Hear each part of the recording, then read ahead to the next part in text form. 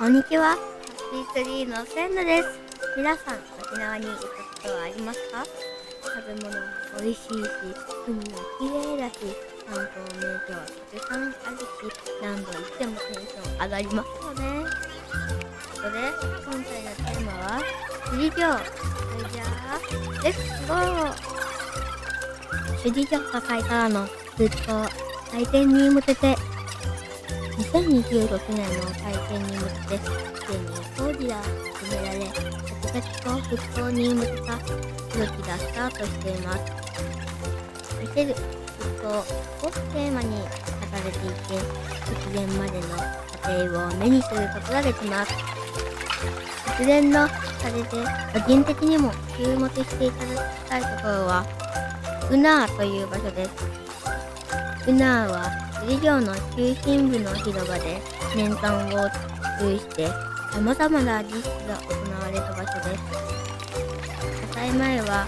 天という赤い大陸状のモデライされた縞模様が印象的な広場だったのですが、現在は復興当時のためにタイルが取り除かれています。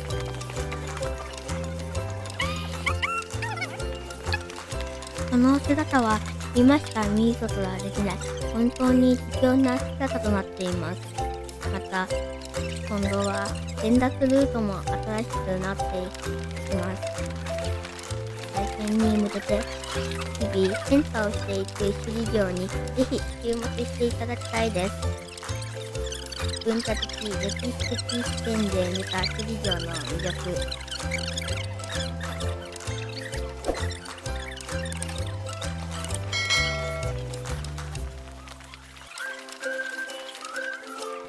大変だ火災にあって失われてしまったのは本当に悲劇的で大変シ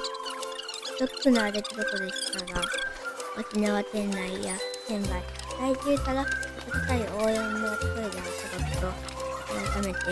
首里城は沖縄が世界に誇るべき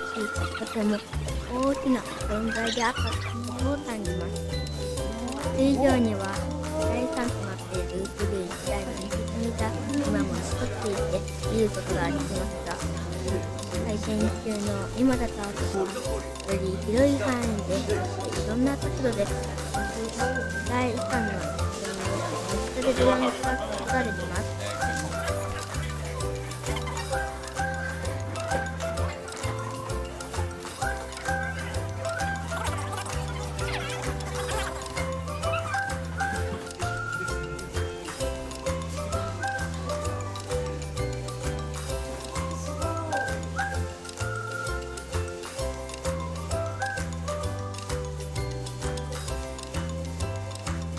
この石積みは歴史的にも文化的にも大変価値のあるものになっており、琉球王時時代の豊かな時代に思いを馳せていただくものではないかと考えています。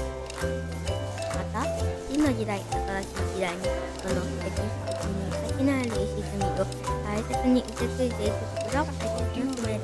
の一つだと考えてい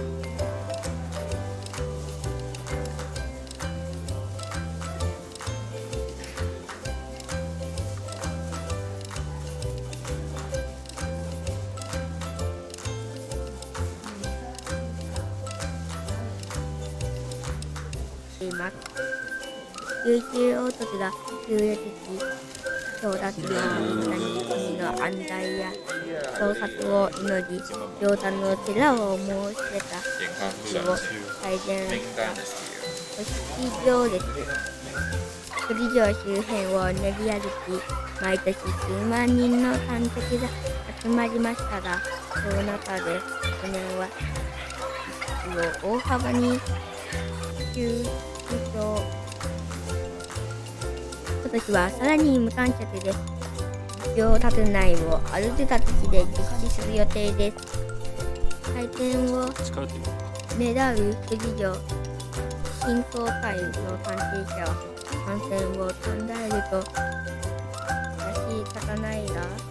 行列は多くの人たちと復興の必要性を確認する特別な機会、それではないのは不安と言います。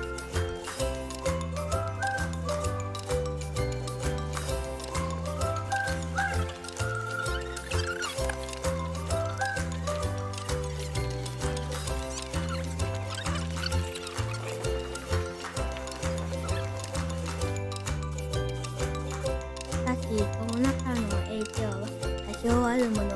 平成の復元時に比べ、今回は人々の関心が高いと感じます。以上の後俵についた水を晴らすボランティアには、今度からの挑戦者も多いです。平成の復元時に関心が高かったのは、戦前にあった真珠湾の姿を知っている人たちでした。本体は25年以上存在した首里城の建物に多くの県民が慣れ親しみ、観光客や釣り立て漁港生の増加で仙台の人も身近に感じており、状況が違うみたいです。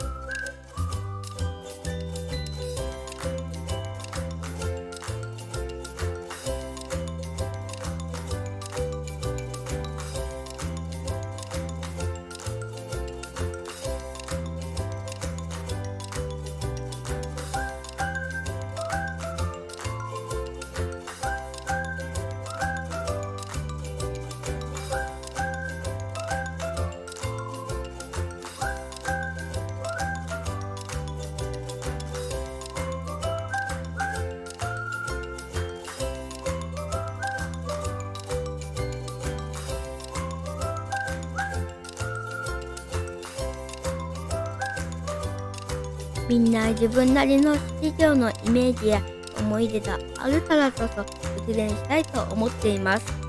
その熱は簡単には冷めないと思われます。最後に、沖縄にはたくさんの美味しいものがあります。パイナップル、紅芋、沖縄そば、ラフーテ、ローヤキャンプルなどなど、ぜひ沖縄に行ってみてくださいね。